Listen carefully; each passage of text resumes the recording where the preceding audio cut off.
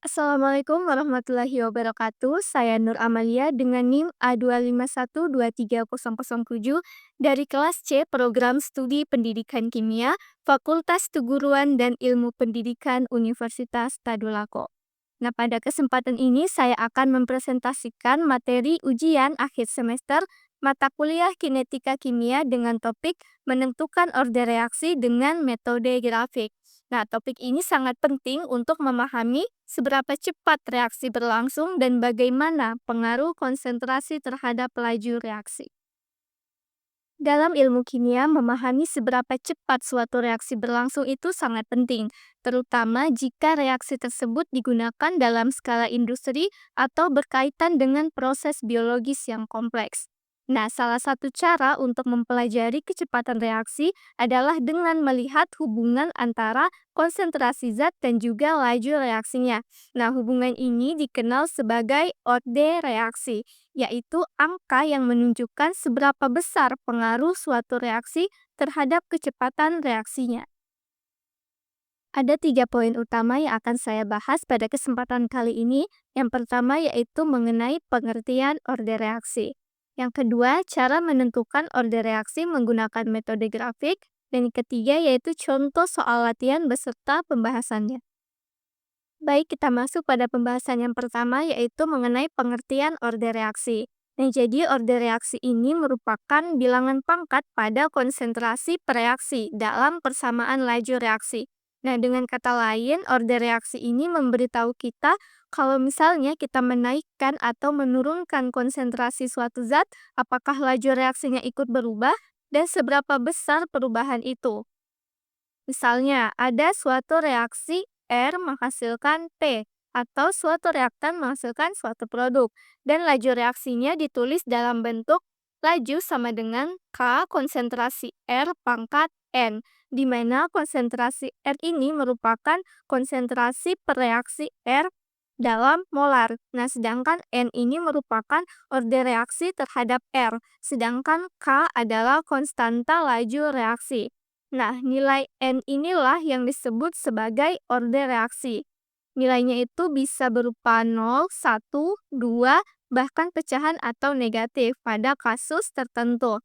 Tapi dalam materi dasar biasanya kita itu fokus pada orde 0, orde 1, dan juga orde 2.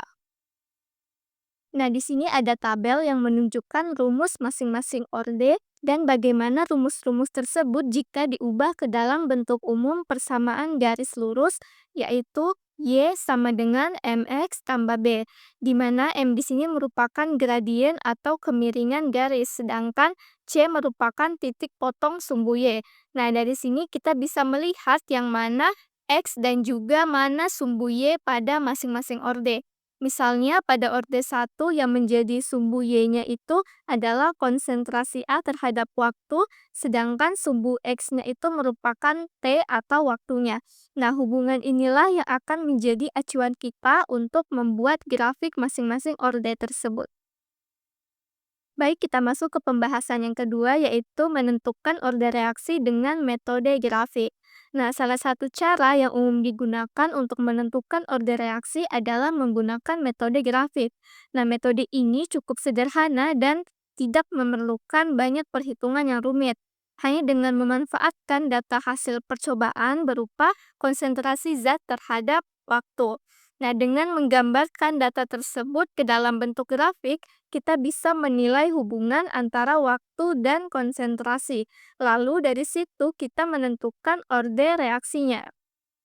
Nah, di sini terdapat 3 jenis grafik yang digunakan untuk menentukan orde reaksi berdasarkan data konsentrasi terhadap waktu. Nah, masing-masing grafik ini mewakili kemungkinan orde reaksi yang berbeda, yaitu orde 0, orde 1, dan juga orde 2. Nah, grafik-grafik ini dibuat dari data eksperimen dan akan dibandingkan bentuknya untuk melihat mana yang paling linear atau membentuk garis lurus. Nah, grafik yang paling lurus itu akan menunjukkan orde reaksi yang sesuai. Nah, di sini saya tampilkan gambar grafik dari masing-masing orde. Nah, di gambar grafik yang pertama ini merupakan grafik yang menunjukkan hubungan antara konsentrasi A terhadap waktu. Nah, grafik ini digunakan untuk menguji apakah reaksi tersebut merupakan ordenol, di mana pada ordenol ini laju reaksi tidak dipengaruhi oleh konsentrasi. Nah, grafik yang kedua ini menunjukkan hubungan antara length konsentrasi A terhadap waktu. Nah, grafik ini digunakan untuk mengetahui apakah reaksi termasuk orde satu. Nah, pada orde ini laju reaksi sebanding langsung dengan konsentrasi. Artinya, ketika konsentrasi menurun, laju reaksinya juga ikut menurun secara proporsional. Nah, ini merupakan ciri khas dari reaksi orde satu. Sedangkan grafik yang ketiga ini menunjukkan hubungan antara konsentrasi A terhadap waktu. Nah, grafik ini digunakan untuk menguji apakah reaksi tersebut merupakan orde 2. Nah, dalam reaksi orde 2 ini, laju reaksi bergantung pada kuadrat konsentrasi. Artinya, perubahan kecil pada konsentrasi bisa berdampak besar pada kecepatan reaksinya. Adapun langkah-langkah untuk menentukan orde reaksi dengan metode grafik, yang pertama kita mulai dengan melihat data percobaan terlebih dahulu. Nah, ini berupa konsentrasi zat dan juga waktu. Yang kedua, kita buat 3 jenis grafik, masing-masing menunjukkan hubungan antara yang pertama konsentrasi A dan waktu untuk uji ordenol. Yang kedua, length konsentrasi A dan waktu untuk uji orde satu. Dan yang ketiga, konsentrasi A dan waktu untuk uji orde 2. Nah, selanjutnya kita lihat grafik mana yang membentuk garis lurus. Selanjutnya kita hitung nilai R kuadratnya. Nah, dari masing-masing grafik tersebut. R kuadrat ini merupakan koefisien determinasi yang menunjukkan seberapa cocok data kita dengan garis lurus. Nah, nilai R kuadrat ini yang mendekati 1 berarti grafik tersebut yang paling cocok. Nah, grafik yang paling linear atau memiliki R kuadrat paling tinggi menunjukkan orde reaksinya. Oke, sekarang kita coba latihan soal. Di sini terdapat satu soal, laju penguraian glukosa 0,056 molar pada suhu 140 derajat Celcius dalam air yang mengandung 0,35 normal asam klorida diberikan dalam bentuk data berikut. Bisa kita lihat di tabel ini. Nah, dari data tersebut tentukan orde reaksinya berdasarkan grafik. Nah, artinya di sini kita diminta untuk melihat data waktu dan konsentrasi, lalu membuat grafik dan mencari grafik mana yang paling linear. Nah, pada soal tadi kita ketahui datanya yang ditampilkan dalam tabel. Dalam tabel tersebut diketahui waktu dalam jam dan juga konsentrasi glukosa dalam mol per liter. Nah, tabel tersebut menunjukkan perubahan konsentrasi glukosa dari waktu ke waktu, di mana seiring waktu berjalan, konsentrasi glukosanya itu semakin berkurang karena mengalami penguraian. Nah, tabel inilah yang menjadi dasar untuk pembuatan ketiga grafik, yaitu grafik yang menunjukkan hubungan antara konsentrasi A terhadap waktu, grafik yang menunjukkan hubungan antara length konsentrasi A terhadap waktu, dan grafik yang menunjukkan hubungan antara konsentrasi A terhadap waktu. Nah, pada soal tadi juga yang ditanyakan itu adalah orde reaksinya. Orde reaksi berapakah dia jika dilihat dari grafiknya? Oke, mari kita selesaikan. Karena datanya sudah ada, selanjutnya itu kita buat grafiknya untuk masing-masing orde, yaitu orde 0, orde satu, dan orde 2. Nah, di sini saya tampilkan sebuah tabel. Nah, tabel inilah yang digunakan untuk membuat grafik dari masing-masing orde tersebut. Nah, di mana orde 0 itu kan dia konsentrasi A terhadap waktu. Sedangkan orde satu itu length konsentrasi A terhadap waktu, dan orde 2 konsentrasi A terhadap waktu. Jadi kita cari dulu nilai dari masing-masing orde tersebut. Nah, misalnya di sini, orde 0 itu kan dia konsentrasi A, jadi dia itu konsentrasi glukosa itu sendiri. Jadi dia sama dengan data yang ada pada tabel tadi. Ini.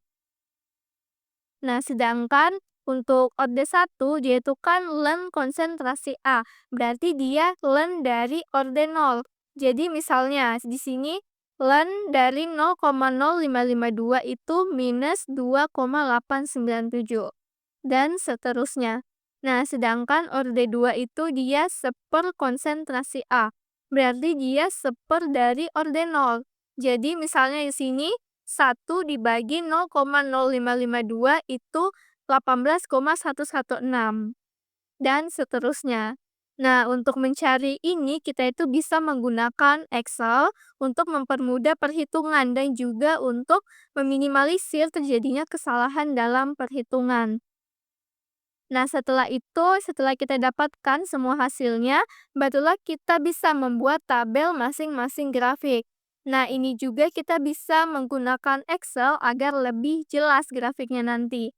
Nah, caranya itu kita ke Excel dulu. Di sini saya sudah masukkan data yang ada pada PPT tadi. Terus selanjutnya itu kita blok nilai yang ingin kita buatkan grafik. Misalnya di sini ordinal. Nah, terus kita pilih insert, pilih chart yang titik-titik ini, terus klik quick layout. Nah, pilih kanan paling bawah, ini untuk melihat nilai R kuadratnya juga. Nah, di sini langsung muncul nilai R dari orde 0. Terus kita lakukan hal yang sama untuk orde 1 dan juga orde 2. Nah, setelah kita buat semua grafiknya, kita tentukan order reaksinya dengan melihat nilai R kuadratnya, di mana nilai R kuadrat yang paling tinggi atau yang paling mendekati angka 1 menunjukkan grafik yang paling linear. Nah, di sini pada grafik ini kita lihat nilai R kuadrat dari orde 0 itu 0,9972, sedangkan untuk orde 1 itu 0,9996. Sedangkan untuk orde 2 itu 0,9987. Nah, di sini bisa kita lihat nilai R kuadrat yang paling tinggi atau yang paling mendekati angka 1 itu terletak pada orde 1. Sehingga orde reaksinya itu adalah orde 1. Nah, baik, itulah tadi pembahasan soal mengenai cara menentukan orde reaksi dengan menggunakan metode grafik. Semoga dapat dipahami. Terima kasih telah menonton. Mohon maaf jika ada salah kata atau kekeliruan dalam perhitungan saya. Sekian dan terima kasih. Wassalamualaikum warahmatullahi wabarakatuh.